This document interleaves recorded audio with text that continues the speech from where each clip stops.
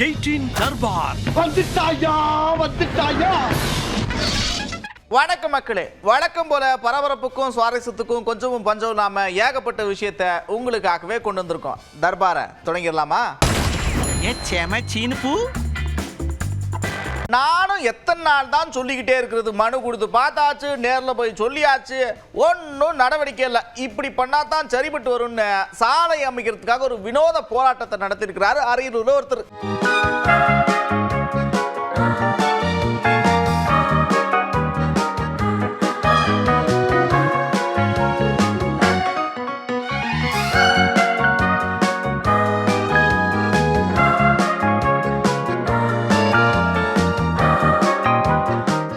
வாழ்க்கை 100 வருஷம் வாழ்ந்துட்டாங்க, அப்புறம் கொண்டாடாம எப்படி?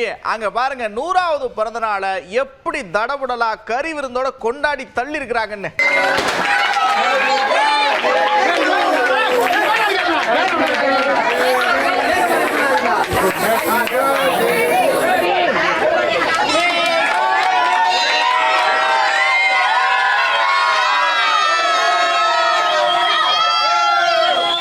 புதுச்சேரியில் ஒரு விஷயம் நடந்திருக்குங்க. ஏகப்பட்ட பிஸி மக்கள் பணினா சும்மாவா? எந்த நேரம் எங்க எப்படி இருக்குன்னு சொல்ல முடியாது. அதே நேரத்தில் நமக்கு தேவையானதை நம்ம செஞ்சுக்கிட்டு தானே ஆகணும் அப்படின்னு புதுச்சேரி முதலமைச்சர் என்ன பண்ணியிருக்கிறாருன்னா, காலை உணவை காரில் உட்காந்து சாப்பிட்டுருக்கிறாரு. உடனே புதுச்சேரி மக்கள்லாம் அதை ஷேர் பண்ணிக்கிட்டு வராங்க.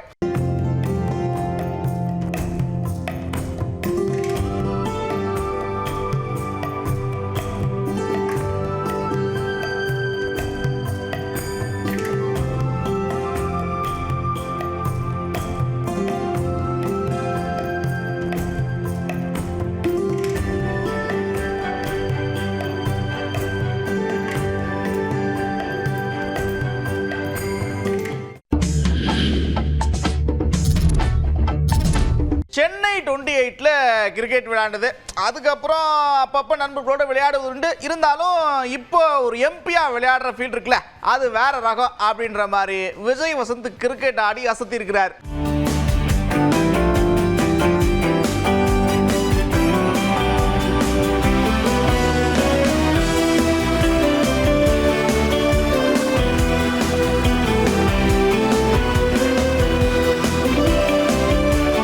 சார், அந்த டேபிள்ல இருக்கிற செயின்ல என்ன சார் இருக்கு? அதெல்லாம் தங்கம் கிடையாது சார். அதை தூய்மை பணி செஞ்சுக்கிட்டு இருக்கிறப்ப கிடைச்சதுன்னு கொண்டு வந்து காவல்துறைக்கு கொடுத்துருக்கீங்க பாருங்க. உங்க மனசு தான் சார் தங்கம், நீங்க தான் தங்கம்.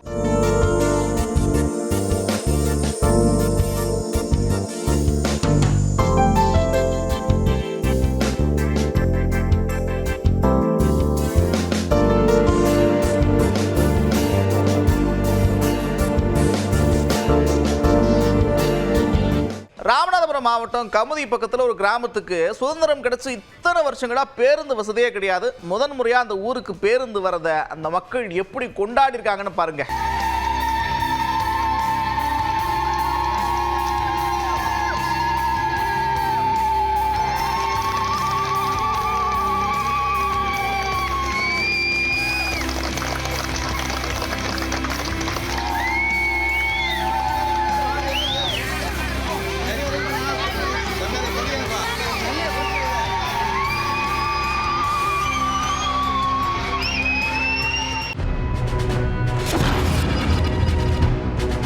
இந்த பக்கம் பார்த்தாலும் சோன்னு மலை, அந்த பக்கம் பார்த்தாலும் சோன்னு மலை. ஆக மொத்தத்தில் எங்க பார்த்தாலும் பயங்கரமா மழை வெளுத்து வாங்கிட்டு இருக்கேன். மழை பெய்யும் போது ஆட்டோமேட்டிக் அடடா இந்த டைம்ல இதை சாப்பிட்டா சரியா இருக்கும்யா அப்படின்னு எல்லாருக்குமே தோணும். அப்படி உங்களுக்கு என்னெல்லாம் தோணும் அப்படின்னு மக்கள்கிட்ட கேட்டிருக்கோம். மக்கள் பலவிதமான கருத்துக்களை சொல்லியிருக்கிறாங்க. பார்ப்போமா? காளான், பேல்பூரி இந்த மாதிரி எல்லாம் நல்லா இருக்கும். ஐஸ்கிரீம் பிடிக்கும். ஆக்சுவலாக மழை பெய்யறப்ப ஐஸ்கிரீம் சாப்பிட்டா நல்லா இருக்கும். இது வடை போண்டா தாங்க. டீ வடை போண்டா. நாங்களா போண்டா டீ அந்த மாதிரி. எதுனா அது சூடாக இருக்கும், குளிருக்கு நல்லா இருக்கும். உளுந்து வடை, இந்த மிச்சரை இதுக்கு தான் சாப்பிடுவேன். ஸ்வீட்டெல்லாம் சாப்பிட மாட்டேன். வீட்டில் சூடா டீ, மசாலா பூரி, அப்படி இல்லைன்னா காளான். இதில் ரொம்ப பிடிச்சது வந்து பஜ்ஜி வந்து சூடாக சாப்பிட்டா ரொம்ப பிடிக்கும். எனக்கு மழை காலத்தில் சூடாக காளான் சாப்பிட பிடிக்கும். நல்ல சூடாக பிரியாணியும் பொரிச்ச கறியும் கொடுப்பாங்க. அது வாங்கி சாப்பிட்ருக்கு நல்லா இருக்கும். ஸ்ட்ராங்காக ஒரு டீ குடித்தாலே நமக்கு ரொம்ப பிடிக்கும். எனக்கு ஃபேவரட் மிளகா பஜ்ஜி தான்.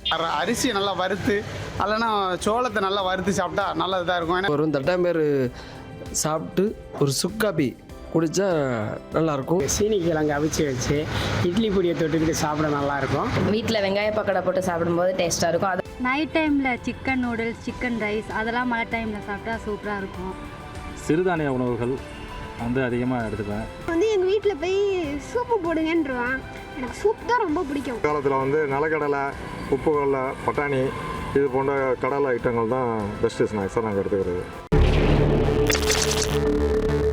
என்னதான் நாளுக்கு நாள் தொழில்நுட்பம் டெவலப் ஆகிக்கிட்டே இருந்தாலும் இந்த விவசாயிகளோட பிரச்சனை மட்டும் தீர்ந்த பாடில்லை. இந்த நேரடி நெல் கொள்முதல் நிலையங்களில் திறந்த வெளியில் நெல் மூட்டைகள் வைக்கிறதுனால விவசாயிகள் கடுமையாக பாதிக்கப்படுறாங்க. இப்போ பேஞ்ச மழையில் நிறைய நெல் மூட்டை நனைஞ்சு போச்சு.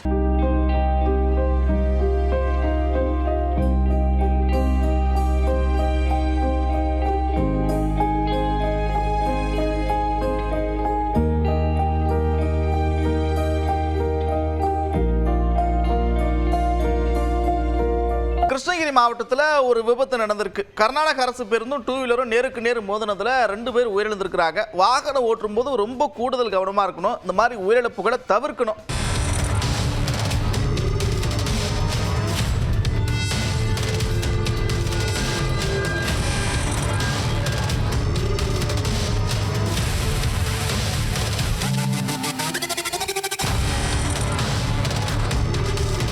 பொன்னேரி ரயில் நிலையத்தில் செவனேன்னு ரயிலுக்கு காத்துட்டு இருந்திருக்கிறாங்க மக்கள் எல்லாரும். அப்போ ஒரு சம்பவம் ஒன்று நடந்து போச்சு பார்த்துங்க. பக்கத்தில் இருந்த மரத்திலிருந்து தேனீக்கெல்லாம் புறப்பட்டு நிறைய பேரை கடிச்சு பிடிச்சி ஏகப்பட்ட பேர் காயம் மருத்துவமனையில் அனுமதிச்சிருக்கிறாங்க.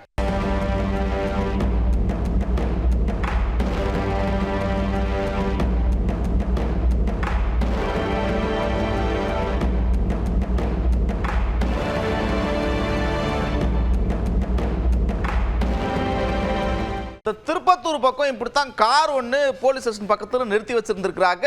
என்ன ஆச்சுன்னு தெரியல, பயங்கரமா தீ விபத்து. கார் 10 கிட்ட அப்படியே எரிஞ்சிருச்சு. கொஞ்சம் வாகனம் வச்சிருக்கிறவங்க அடிக்கடி இந்த மாதிரி விபத்துலாம் நடந்துகிட்டு இருக்குது. அது என்ன ஏதுன்னு கொஞ்சம் கண்காணிங்க.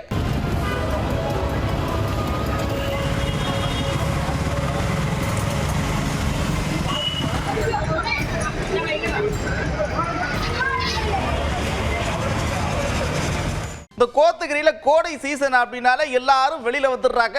குடியிருப்பு பக்கம் ரவுண்டு போயிட்டு வருவா அப்படின்னு சிறுத்தை ஒன்று வந்து குடியிருப்பு பக்கத்தில் சுற்றிட்டு இருந்த காட்டு பணியை வேட்டையாட முயற்சி பண்ணியிருக்கு. அந்த சிசிடிவி காட்சியெலாம் வந்திருக்கு. மக்கள்லாம் பயங்கர பயத்தில் இருக்கிறாங்க. உடனடியாக கூண்டு வச்சு பிடிக்க அப்படின்னு கோரிக்கை வச்சிருக்கிறாங்க.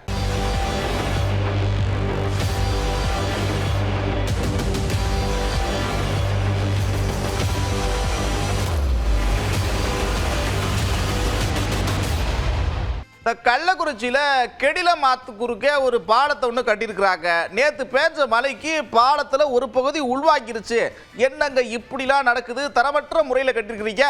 உடனே தரமான பொருட்களை வச்சு சீரமைச்சு அப்புறம் தான் பாலத்தை திறக்கணும் அப்படின்னு மக்கள் கோரிக்கை வச்சிருக்கிறாங்க.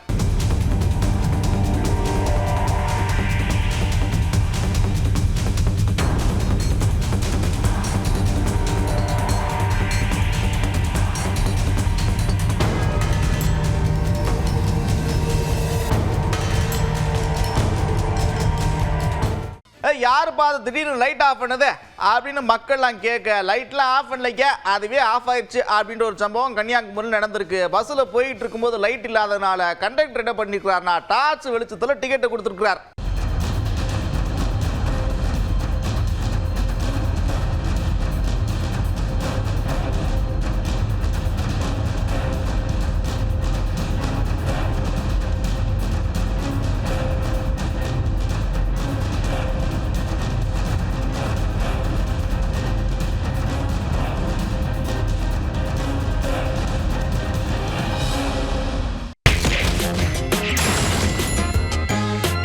அட என்ன சார் நீங்க எப்ப பார்த்தாலும் இப்போதும் இல்லை எப்போதும் இல்லைன்னு சொல்லிட்டு இருந்தாரு. இப்போ திடீர்னு கூட்டணி வச்சிருக்கிறாரு. என்னவா இருக்குன்னு அவரை பார்த்தே கேட்டுக்கிட்டு இருக்கிறீங்க.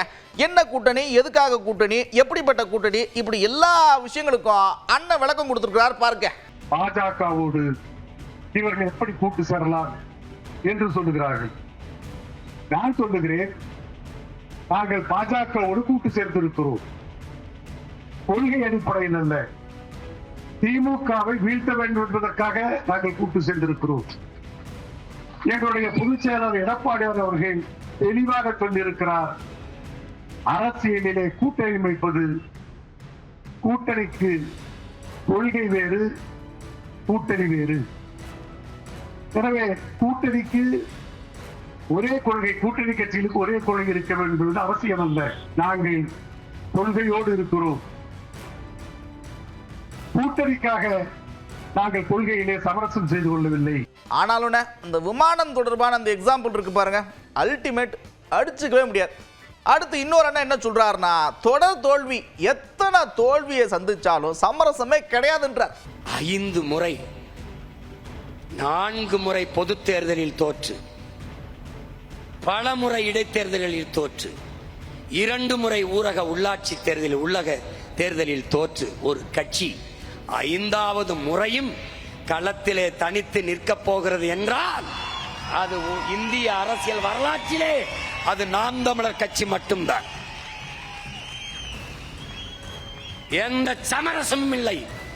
என் மக்களோடு சேர்ந்து என் மக்களுக்காக இந்த 2026 படைப்போம் புதிய அரசியல் வரலாறு. நாங்கெல்லாம் அதுக்குத்தானே கிளம்பி இருக்கிறோம். அவங்களுக்கு கனவு என்னன்னா அடுத்த 50 வருஷத்துக்கு ஆட்சியில் இருப்பாங்கன்னு நினைச்சுக்கிட்டு இருக்கிறாங்க. அதெல்லாம் விட்டுருவோமா, அதெல்லாம் தகர்த்து எரிஞ்சிருவோம் அப்படின்னு சொல்லியிருக்கிறாங்க. யாரு பாருங்க. ஆட்சியில் நிரந்தரமாக இருக்கலாம். இன்னும் 50 வருஷம் கனவெல்லாம் வேற இருக்கு உங்களுக்கு.